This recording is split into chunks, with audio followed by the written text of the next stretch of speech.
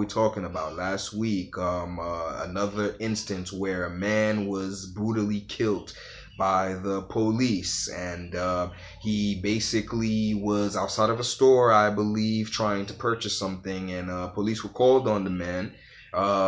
He was detained, and without any resistance at all, he was killed, put in a vice grip of some sort.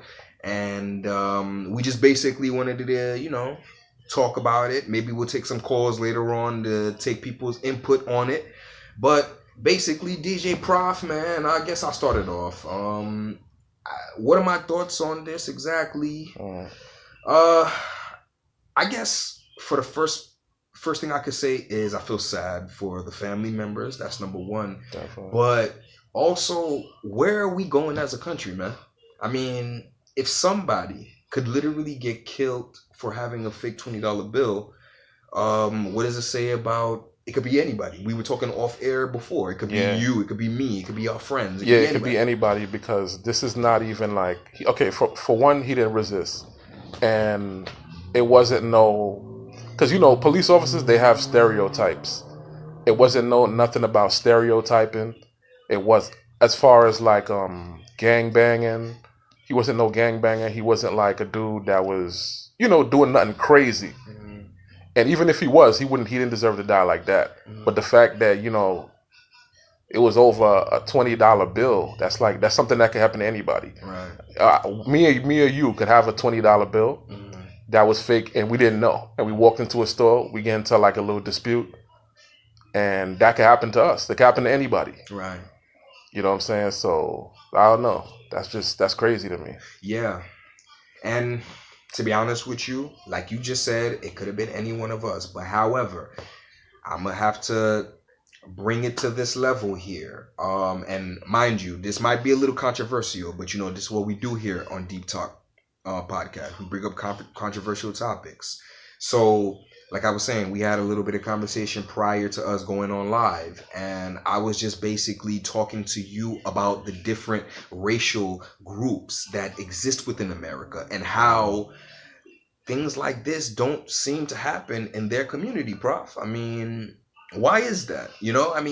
Is it a lack of unity? Is it a lack of power? Is it a lack of authority? Is it that we're not together?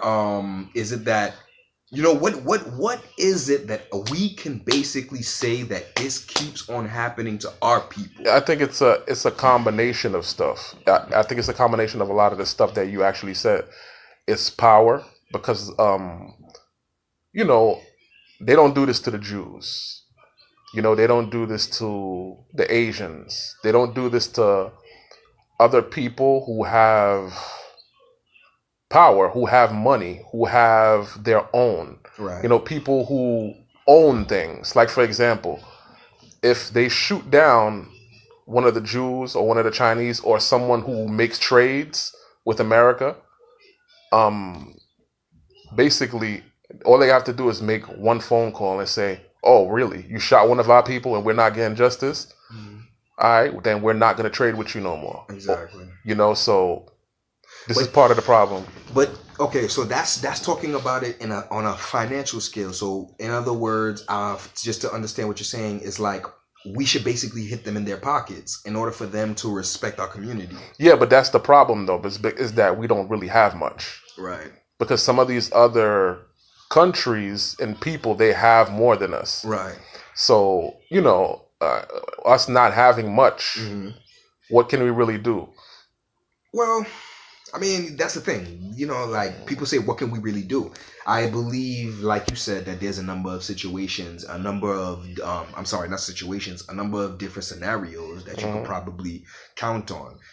I think that what you were saying in terms of the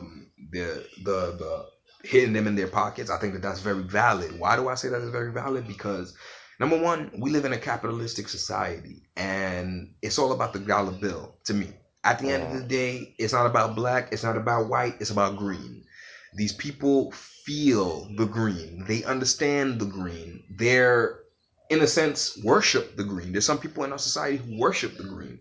And when you cut off that supply, when you cut off and you say, listen, I'm not going to support any of your businesses, I'm not going to eat in any of your restaurants, I'm not going to any of your hotels, I'm not going to wear any of your clothes, you designers out there, the European designers out there, who basically our people spend so much money on a daily basis to buy these clothes. No, we're not doing it. We're not supporting it.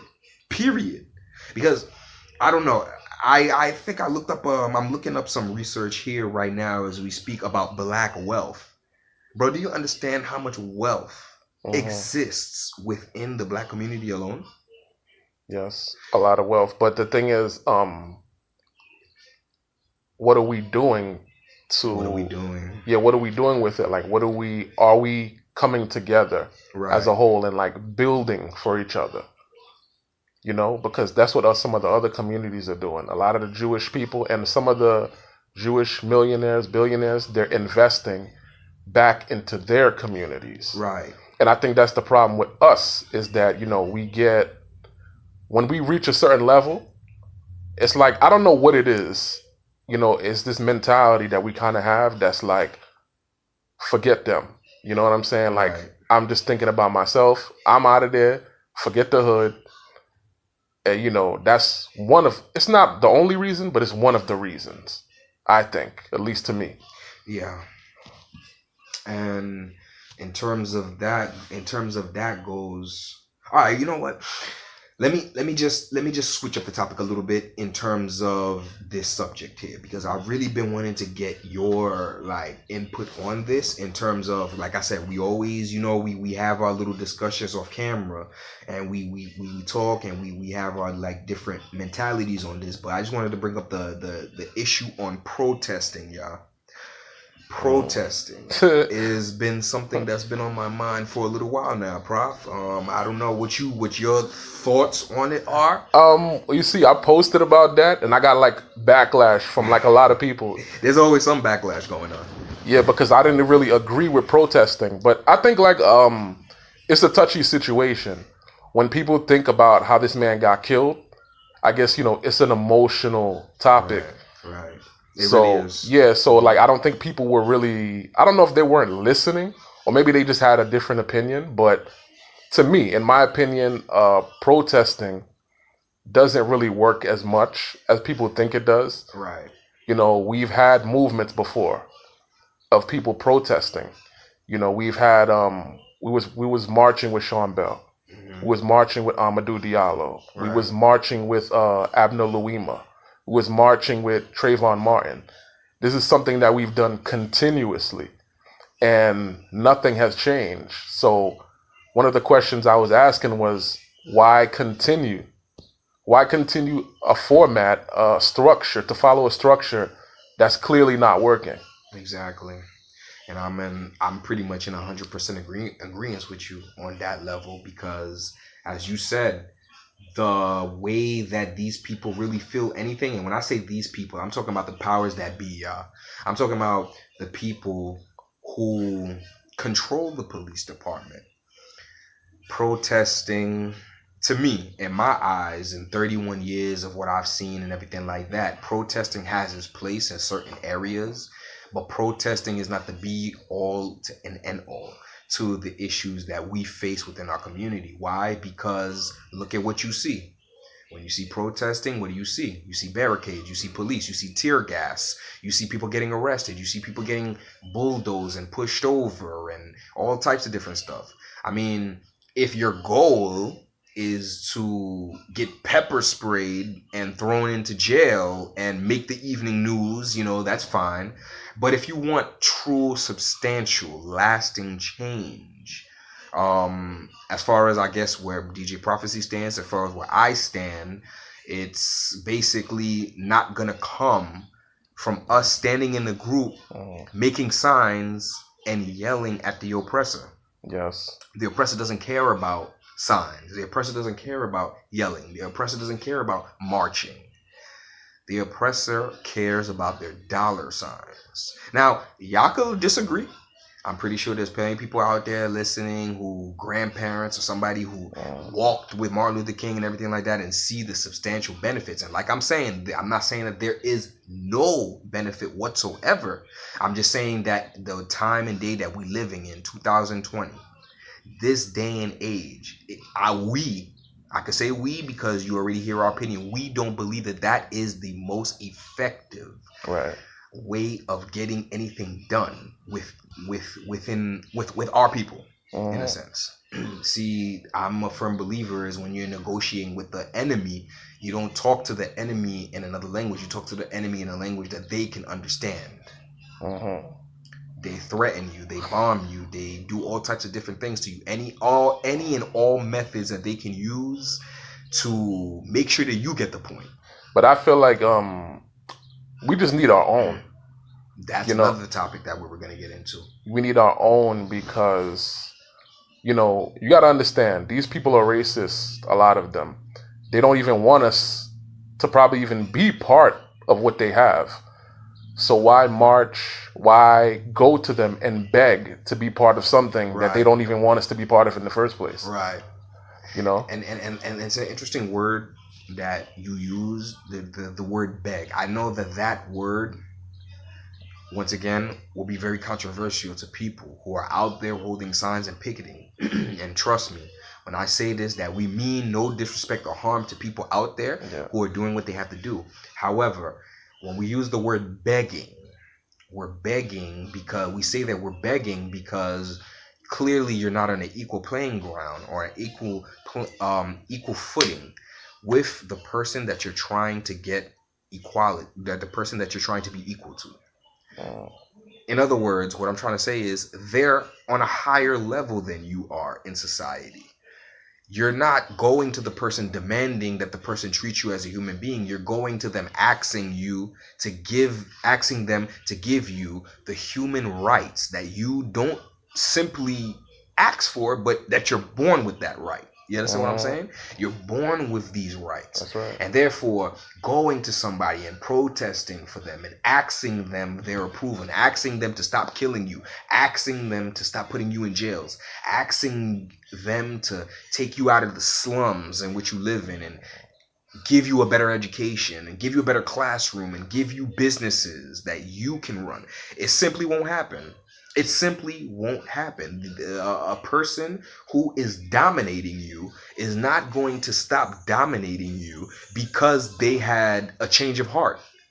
Because they just felt like stop dominating you. No, that's not how it works. When you're a ruler of your own home and you're a ruler of your society, you do whatever you can to maintain the rulership. Am I onto something? Or yeah, it's like your oppressor is not gonna create a structure for you to benefit. He's your oppressor. Why would he do that? Exactly. You know what I'm saying? So of course he's gonna have his foot on you. Exactly. That's just the way I see it. And then something else, Prof. Like just like the name of the show, Deep Talk Conversations. It's not for everybody. This is a niche-based podcast. What does that mean? Niche-based means it's not for everybody. This is for specific people who are willing to hear what you're saying and hear what I'm saying and basically be able to think on a different level. And I'm not saying it's a better level. I'm not saying anything. I'm just saying it's a different frequency. And that's why I wanted to segue into a next topic, which is basically the communication not within the races, not between the races, between our own race. Meaning what? What's a coon? What's a sellout? What's a self-hating person? Right. Why are these denotations and these stigmas attached to people within our race who simply don't want to agree with the status quo or who don't want to agree with everybody else? Right. I notice, I don't know if about you, bro, but I notice that there's a lot of stigmatization going on. I've dealt with that. Like, if different is not bad. Right. You don't always have to agree with what everyone goes with. You know what I'm saying? Like, I have different thoughts and opinions when it comes to homosexuality, when it comes to voting, stuff like that. And a lot of times when I tell people how I feel, they basically judge you and they make it seem like you're crazy or you're bugging or you're a coon or you're this and that, Right. calling you all kind of names, all because your opinion is different. Exactly. But here's my thing though. That's not too different from like another race judging you because of your appearance, because of your thoughts and things like that. You know what I'm saying? Right. So yeah. I think that just to add on to what you're saying as well is that our people have this method, from what I can tell, whether it be from social media or whether it be personal encounters, whether it be, it just like, if you don't agree with what the collective is saying,